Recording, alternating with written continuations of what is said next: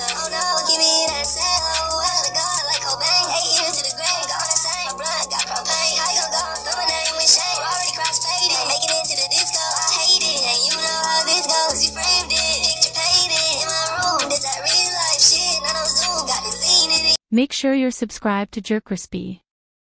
Alright. Bro, so before we start, what's up, y'all? Show us the most death and most JerCrispy. Welcome back to another video. Bro, I was had to find content today. I'm like, goddamn, why do I have to find content today? Usually the content comes to me, but this ain't normal. Content, I always gotta find content. So today what I got y'all is 7 darker lost versions of kids movie that you will never see. Make sure y'all come subscribe. Follow our social media is gonna pop on the screen.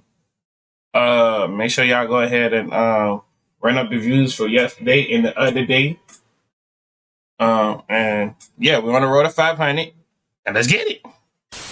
Sometimes you're watching a kid's film and think, there's no way this is rated G, only to find out there's an even worse version that's rated R that hasn't seen the light of day. This is why today we're diving into 7 lost, darker versions of kids' movies that we'll never see. Scooby-Doo.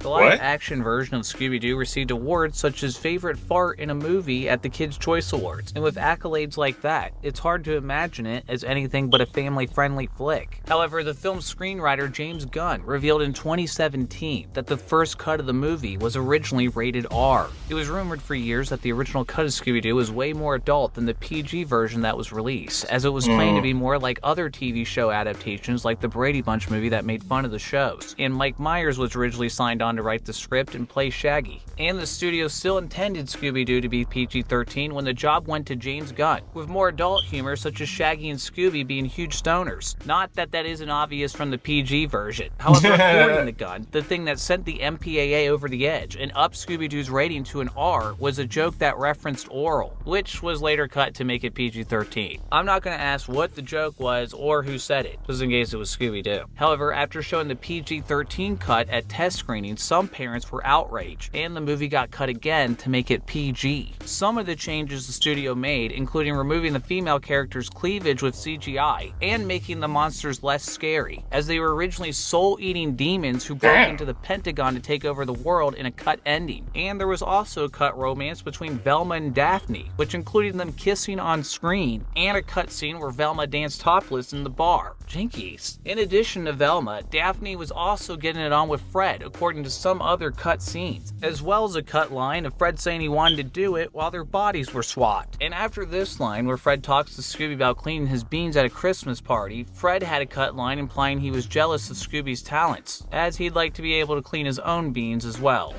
Is that the oral joke James Gunn was talking about? Well, considering some of the adult jokes that did make it into Scooby-Doo, I can look at myself naked. There's likely even more than you can imagine in the R-rated version, which unfortunately no longer exists, according to Gunn, as apparently they edited over the original copies. Well, hopefully the R-rated version isn't lost forever, considering I think a lot of people would be interested in seeing that Velma and Daphne subplot.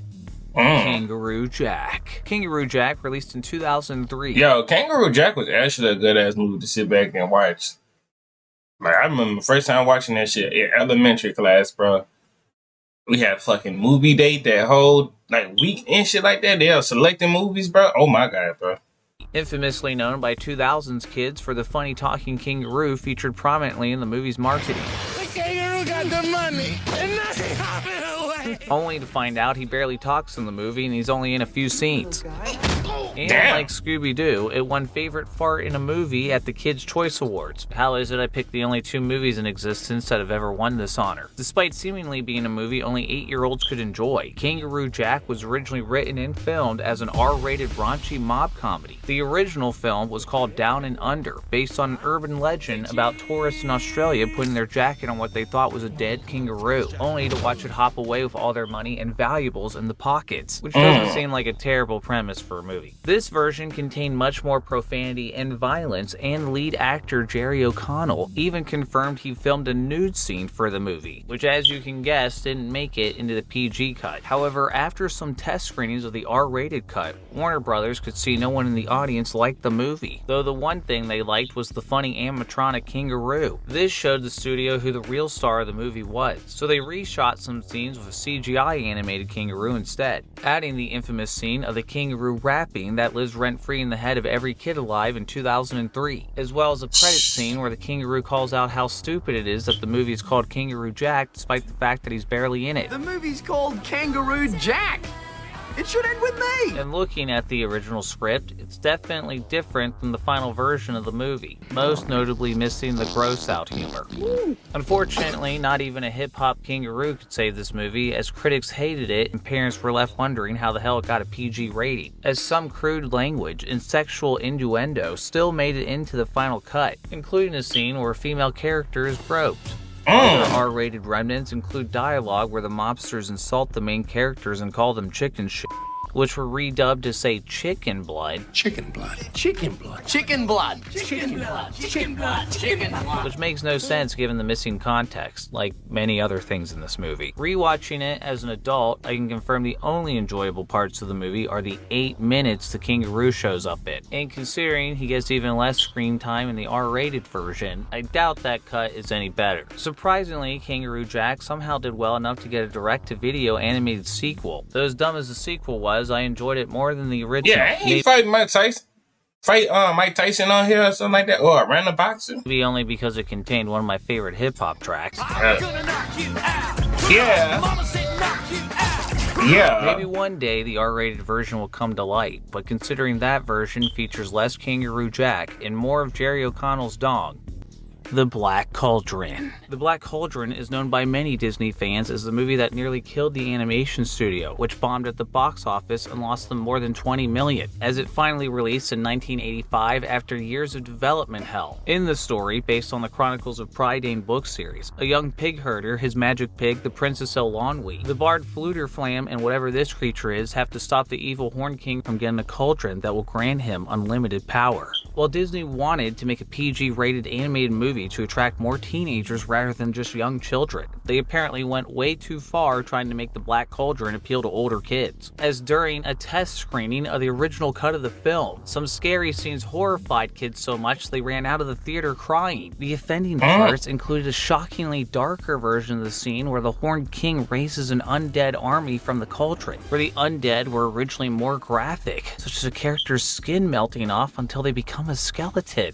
and a guard whose skin boils off after being attacked by the undead army, then rises again to become part of the army himself, which some of the animated cells were recovered from in an auction. There are also reports of a character being decapitated, as well as another character who apparently got cut in half. No wonder those kids were running out of the theater. Disney's chair at the time, Jeffrey Katzenberg, was in the audience. Hey, that nigga was trying to shoot the horror fiend. Hey, watch out for that man. Hey, I mean, with a slide probably back in such and such now, which I was in the 19-something shit, 90s or some shit. That shit wasn't gonna slide. Them little kids was scary. Witnessed this. He then ran to the studio and ordered the animators to cut the offending scenes immediately, and started cutting them himself when the animators didn't do it right away. In the middle of all this, the Disney CEO stepped in to stop Katzenberg from cutting the film further, so the animators could edit it the proper way. As a result, there's 12 minutes of footage missing from the Black Cauldron's original cut that test audiences saw, which still hasn't been seen to this day, 41 years after the disastrous test screening. In addition to the super graphic parts of the undead army scene, there's also a deleted scene where the Horned King burned down an entire village, as well as a cut action scene where Taran fought the king instead of him falling into the cauldron. After the box office failure, Disney tried to bury the Black Cauldron until they released it on home video in 1998, again without the sequences that had kids crying. And considering that footage may have scarred some kids for life, I imagine that cut is going to remain locked in a vault at the House of Mouse. But Katzenberg's furious attempt to cut the film may have completely destroyed the footage. This day, some Disney fans are upset the footage was never released, as if they want to be paying for therapy for seeing this as a child. All Dogs Go to Heaven. All Dogs Go to Heaven is a film from Don Bluth. All Dogs Go to Heaven was actually a nice, good film to go back and watch. I knew they changed some parts on this bitch. I know they did. Released in 1989. While it's rated G, it's essentially a mafia crime flick with talking dogs, beginning with the mob boss Carface killing his partner in crime Charlie by running him over with a car. Fortunately for Charlie, he goes to heaven, where an angel dog tells him all dogs go to heaven because they're all inherently good and loyal.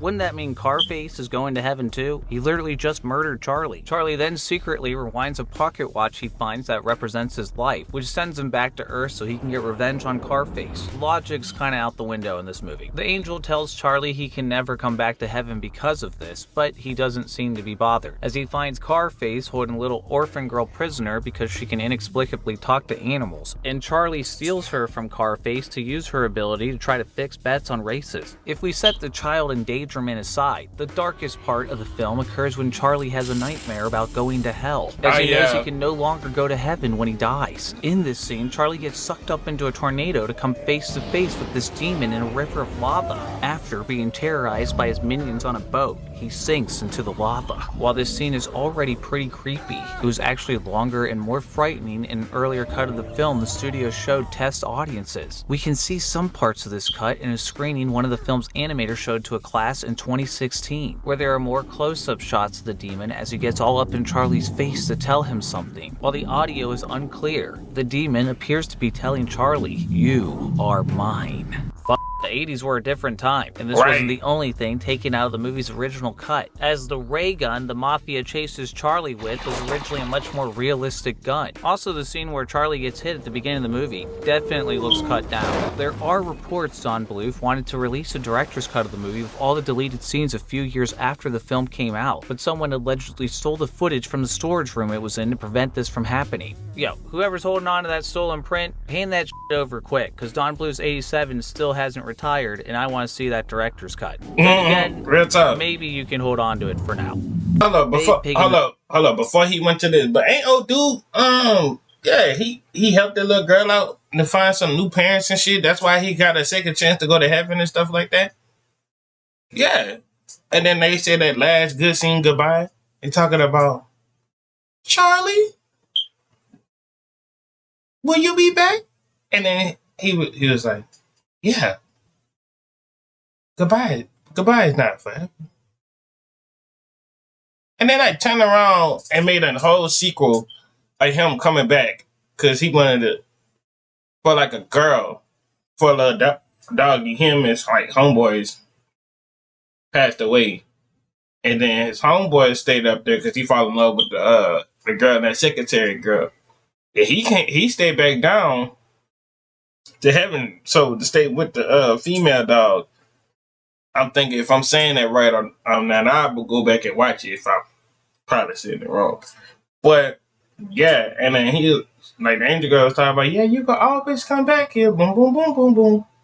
Bye. I was like, damn, okay, that's kind of crazy.